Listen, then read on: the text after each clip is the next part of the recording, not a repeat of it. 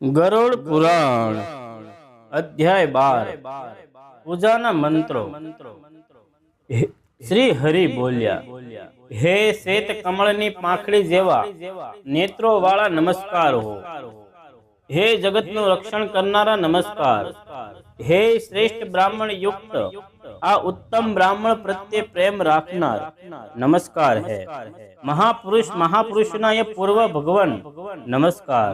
ઉપર જે દેવાદી જણાવ્યા એમને ઉદ્દેશીને હોમરૂપ કર્મ કરવું હોય તો એ યુક્ત મંત્રોને અંતપદ યોજવું। ઉપર મુજબ પુંડરીકાક્ષ વિદ્યારૂપ 100 મંત્રનો વિધિસર જપ કરવો।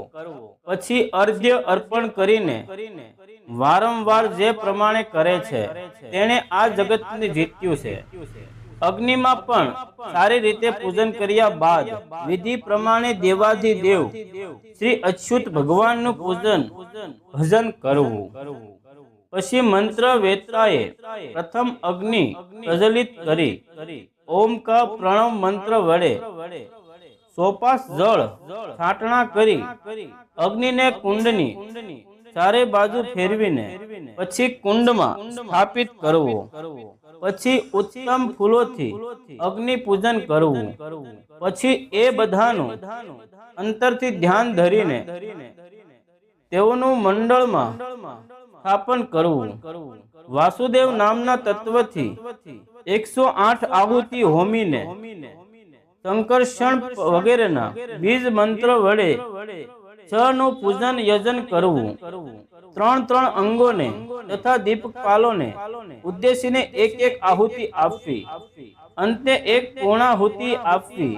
પછી વાણીથી પર એવા તત્વમાં સ્વ આત્માનો લય કરવો। પછી પુનઃ ત્યાજ બેસીને મુદ્રા દર્શન કરવાની, ફરી નમસ્કાર કરવા।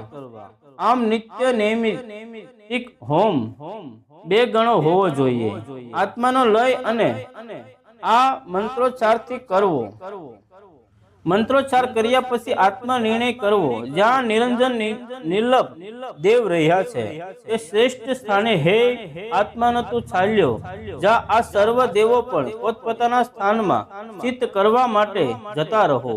શ્રી હરિ અચ્યુત સુદર્શન ત્રિવિક્રમ વાસુદેવ અને પ્રદ્યુમ્ન હોય છે। સંકર્ષણ તથા અનિરુદ્ધ આ 9 દેવોને જે વ્યૂહ થાય છે તેમાં અનંત ભગવાન ઉમેરાતા વ્યૂહ 10 રૂપે થાય છે। જય શ્રી કૃષ્ણ।